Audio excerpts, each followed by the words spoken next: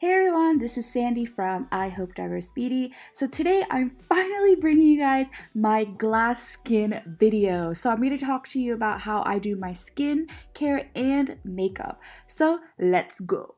First, I like to go in with a cleansing pad, and I've been using cleansing pad recently. It's a very new thing in my skincare and I absolutely love it. So I usually use this to make sure I clean my skin completely and just kind of prep it before I start my toner and other steps. So I highly recommend using a cleansing pad, guys. It's so good.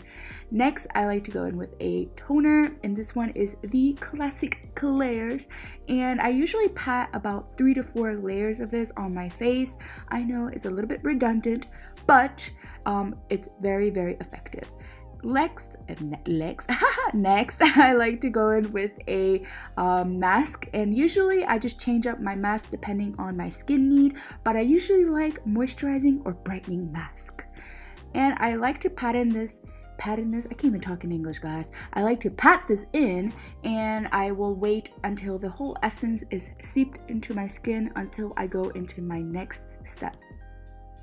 Next, I like to go in with my most recent addition to my skincare, and it's the CNP Poreless Energy Ampule. And as you can tell, it's almost finished because I love it, and it's a really nice lightweight formula. So I usually like to put this in on maybe like the second or third step in my skincare, but this time I'm putting it after my face mask, and I really like how bright and glowy my skin is after using this, so that's a plus.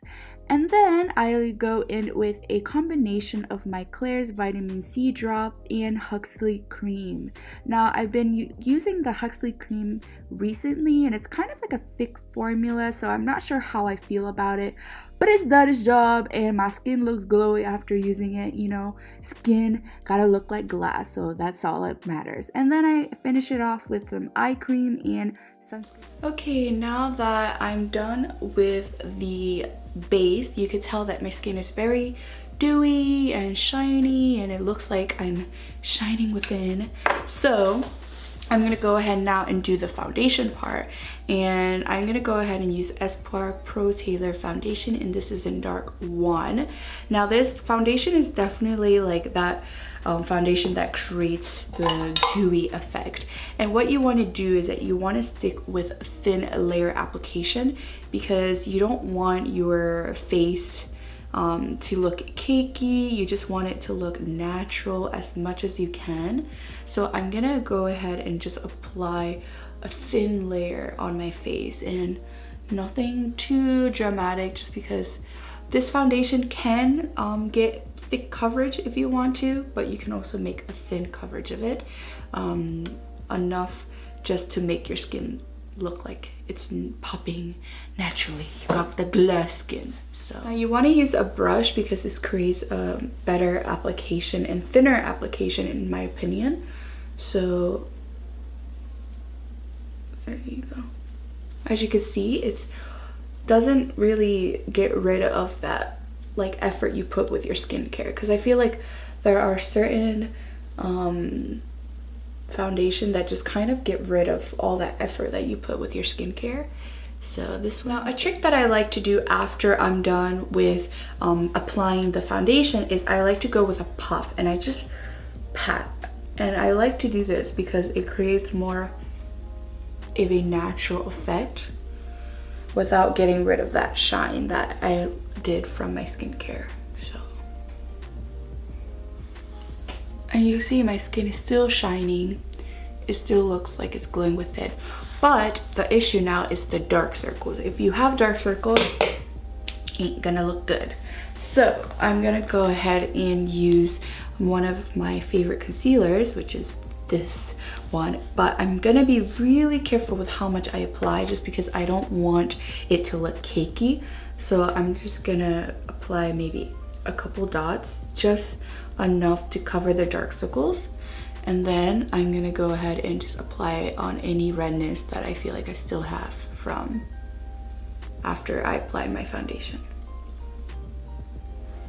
So after that, you're gonna go ahead and you're gonna use the puff once again, just because I find that the puff has a nice application. and you're gonna blend that out and just pat pat.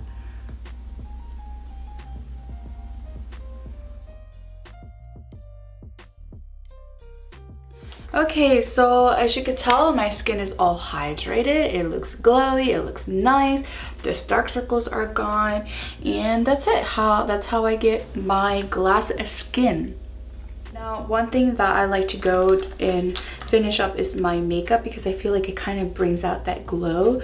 To kind of maintain the glow, I like to go in with like a sparkly eyeshadow, and that makes it look like I'm shining within. Now, I did end up telling you how I did this makeup on my Instagram, so check out my Instagram so you can get a whole view of how I did the makeup.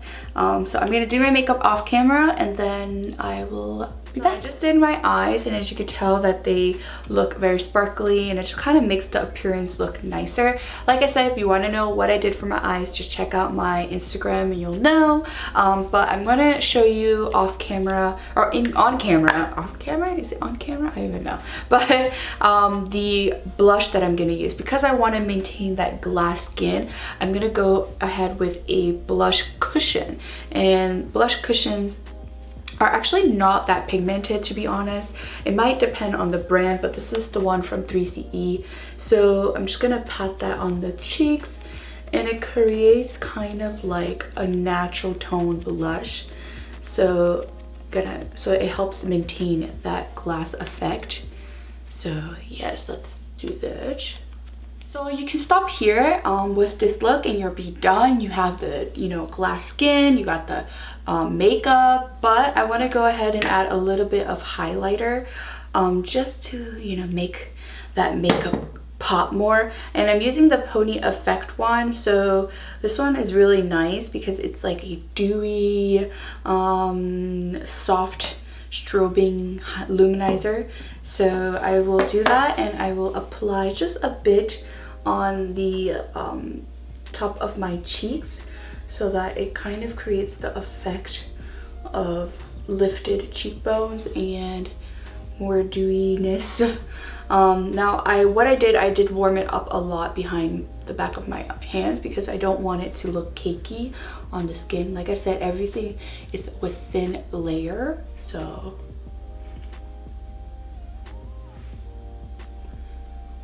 gonna add that on the nose, forehead, and chin, as well as upper lips. And that is it. That is how you get the glass skin / makeup.